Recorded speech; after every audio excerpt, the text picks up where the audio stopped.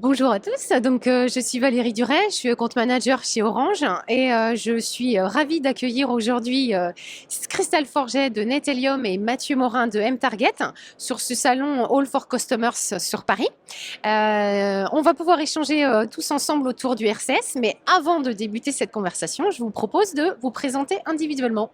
Christelle, à toi la parole. Oui, bonjour.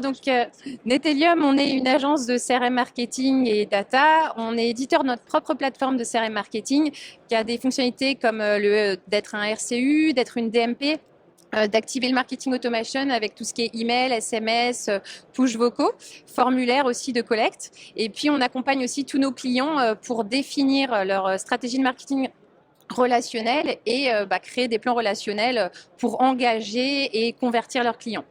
Notamment, tout ça pour booster l'expérience client et bien sûr développer leur vente. Merci Christelle. Je propose à Mathieu de présenter M-Target. Bonjour, donc M-Target, nous sommes un agrégateur français de solutions mobiles.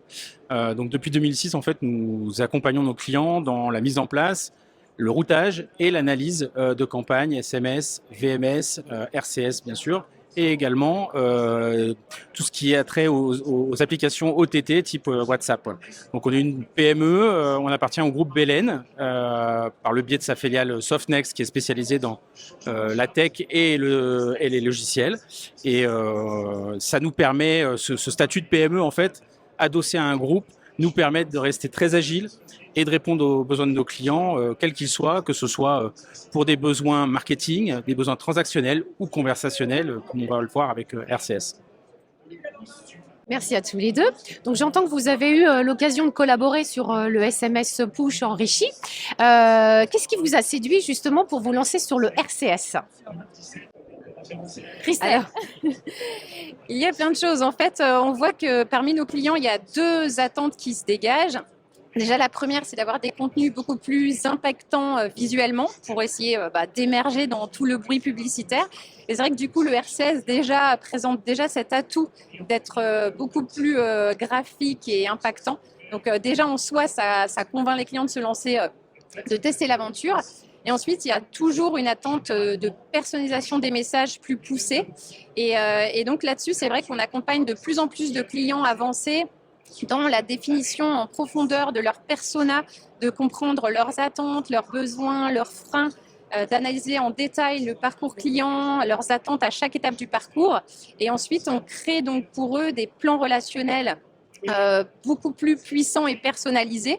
Et donc, c'est vrai que le RCS présente l'atout de pouvoir personnaliser les contenus en fonction des attentes de chaque persona, notamment grâce aux propositions de réponses suggérées, des boutons d'action qu'on va pouvoir personnaliser en fonction de chaque cible persona.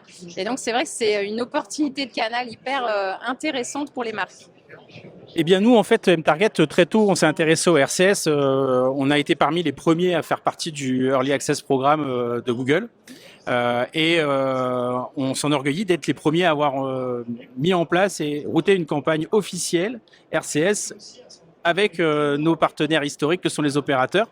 Ce qui est intéressant pour nous en RCS, c'est finalement un prolongement et une évolution naturelle du SMS, que ce soit par tous les éléments qu'a pu citer Christelle juste avant moi.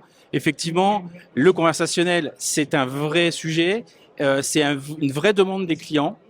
Donc pour nous, il était naturel de répondre à ces demandes. Merci. Moi, je vais me permettre en tant qu'opérateur de compléter quelques éléments que je trouve assez pertinents pour des acteurs comme vous deux. Je sais qu'il y a la notion d'opt-in qui peut être un gros atout puisque vous l'avez déjà grâce à vos campagnes push SMS, vous les avez déjà recueillies. Et un autre atout aussi qui pourrait être différenciant, c'est le côté sécurité, puisqu'il y a tout un agent qui est créé et qui est validé par les opérateurs. Tous nous le faisons. Et ça peut renforcer justement l'atout confiance dans la marque parce que là, on sait qu'il n'y a pas de spam là-dessus. Merci à tous les deux pour vos compléments d'information. Je sais par ailleurs que vous avez une belle campagne réalisée conjointement concernant le comptoir de la mer. Est-ce que vous pourriez nous en donner un petit peu plus sur les KPI que vous avez mesurés, le ROI que vous avez pu obtenir? Bien sûr. Du coup, effectivement, on a mené une première campagne RCS pour Comptoir de la Mer en 2023, en collaboration aussi avec l'agence Comptoir de la Mer, donc l'agence de com à l'encre bleue qui pilote la stratégie de communication, dont la partie data pour Comptoir de la Mer. Et donc, c'est vrai que dans le retail, les problématiques sont souvent de driver du trafic en boutique. Donc, c'était le cas pour Comptoir de la Mer, qui utilise déjà l'emailing et le SMS sur des périodes clés de l'année pour faire du drive to store. Et donc, effectivement, Comptoir de la Mer s'est intéressé naturellement à ce canal RCS qui permet d'émerger un peu plus auprès de ses contacts et pouvoir les engager davantage à se rendre en boutique. Donc, cette première campagne a obtenu de très bons scores, puisqu'on a observé 7% de taux de clic, qui a un bon score d'interaction sur ce canal. Et surtout, on a pu mesurer aussi le ROI de retour en boutique. Et donc, il y a eu plus 85% de visites générées en boutique sur les personnes exposées à la campagne RCS par rapport à une cible non exposée. Donc, c'est vrai que c'était très intéressant. Et d'ailleurs, Comptoir de la Mer et son agence à l'encre bleue ont décidé d'installer durablement ce canal en 2024 avec 3 nouvelles campagnes qui sont déjà programmées dans leur plan marketing. C'était une belle campagne. Il n'y a pas grand-chose à rajouter à ce que vient de dire Christelle en termes de KPI. Effectivement, des résultats sont probants. Moi, j'aimerais juste préciser que ça va un petit peu au-delà de simplement comment on va regarder ces KPI et comment on regarde le ROI. Il y a aussi une démarche qui va être importante, c'est de voir tout ce que RCS peut apporter au-delà en termes notamment de progrès RSE. Quand on regarde aujourd'hui le retail et les 760 000 tonnes de papier qui sont générées selon l'ADEME concernant les prospectus, les catalogues, voilà une belle économie de papier à faire. Le catalogue est numérisable en PDF aujourd'hui sur RCS. Je peux prendre un autre exemple, je prends l'exemple des billets d'avion. Moi, mon billet d'avion, je ne l'imprime plus. Je le mets directement dans mon wallet, que ce soit le wallet de Google ou le wallet d'iOS, puisque iOS ne va pas tarder à rejoindre le navire RCS. Donc, on a de belles choses à raconter sur tous les plans avec RCS. Merci pour ces compléments d'information. Et justement, comment vous voyez les prochaines étapes avec RCS selon votre vision? Et est-ce que c'est plus de personnalisation? Tu l'évoquais un petit peu, Christelle. Plus le conversationnel. Pour Mathieu, en quelques mots, est-ce que vous pouvez revenir sur les prochaines étapes? Qu'est-ce que vous attendez particulièrement du RCS? C'est vrai que nous, nos clients attendent toujours plus de personnalisation. Donc, on va attendre de personnaliser en fonction des données qu'on a sur l'utilisateur. De plus en plus, on a déjà des attentes de nos clients qui attendent de personnaliser les contenus en fonction de l'intelligence artificielle, de l'arrivée de l'IA. Par exemple, ça pourrait être dans le secteur du voyage, quelqu'un qui a consulté des voyages en Amérique latine sur le site internet, il se verrait automatiquement proposer via la campagne RCS des voyages dans la même zone. Donc ça, c'est des choses qui sont attendues. On a déjà des demandes dans ce domaine-là.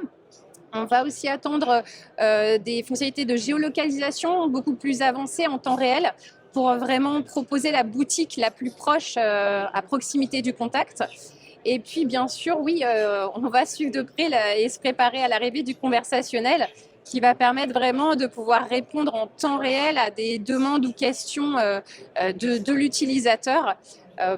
Donc vraiment, c'est vraiment des fonctionnalités qui sont passionnantes pour les marques, pour créer vraiment une relation avec eux. Oui, absolument. Il faut voir qu'aujourd'hui, à l'heure où on parle, on a essentiellement des campagnes qui sont faites en RCS sur un modèle descendant, c'est-à-dire que c'est la marque qui s'adresse d'abord à son client, qui va ensuite pouvoir rentrer dans un modèle de conversation éventuellement. Il y a le sujet de la conversation, du modèle montant, c'est-à-dire l'utilisateur final qui va trigger l'agent RCS pour avoir une information est à l'étude. Je sais que ça avance très bien et très vite. Donc, on va rentrer dans un moment où, pour des acteurs comme mTarget, par exemple, il va falloir repenser Alors on a anticipé un peu les choses, je ne vous le cache pas, mais repenser le modèle conversationnel, l'UX conversationnel, et intégrer évidemment de l'IA. Il y a plein de choses qui arrivent et qui vont être extrêmement excitantes. Le champ des possibles est complètement ouvert, hein, puis alors, vous inquiétez pas, nous on est très très imaginatifs. Merci à nouveau pour toutes ces précisions. J'ai envie de dire que l'année 2024, ça va être l'année du décollage du RCS par rapport à tout ce que j'entends. Qu'est-ce que vous en pensez? Je pense que déjà 2024, ça va d'abord et avant tout être l'année du conversationnel et pas simplement du RCS. On parle aujourd'hui du RCS énormément et c'est un vrai super sujet à aborder. Mais il faut voir qu'on va pouvoir orchestrer des campagnes, que ce soit pour des gens qui veulent utiliser RCS, des gens qui voudront utiliser WhatsApp par exemple. On pourra également faire en sorte de les adresser sur ce modèle-là. Et j'oublie pas le SMS, hein. Notre vieil ami le SMS, grâce à Time to Chat, qui est le SMS conversationnel, mais pas que, puisqu'il permettra aussi d'actionner la marque avec de la voix, mais ce n'est pas le sujet. Voilà. Donc clairement, cette année, ça va être l'année conversationnelle. En tout cas, chez Target, c'est le tournant qu'on a pris. Voilà. Côté client aussi, c'est vrai qu'il y a plein de potentiel pour l'avenir du RCS. On voit que les marques qui le testent, ça a des résultats et donc l'incluent dans leur stratégie. Donc ça va faire que se développer, même si c'est vrai qu'il faut continuer d'éduquer le marché, faire connaître ce canal qui est encore... qui commence à être connu. Et on voit aussi qu'il y a quand même encore beaucoup de PME qui n'utilisent pas encore les canaux traditionnels comme l'email et le SMS avec de la personnalisation. Donc voilà, il y a encore de l'éducation à faire. Néanmoins, c'est sûr que le RCS a plein d'atouts et devrait avoir un bel avenir. Merci à tous pour votre participation. Nous travaillons, nous, les opérateurs, à faire connaître, évangéliser ce marché. Donc, j'espère qu'on vous apportera effectivement des acteurs plus petits pour qu'ils puissent intégrer ce support de communication dans leur plan de communication. Merci encore. Merci. À bientôt.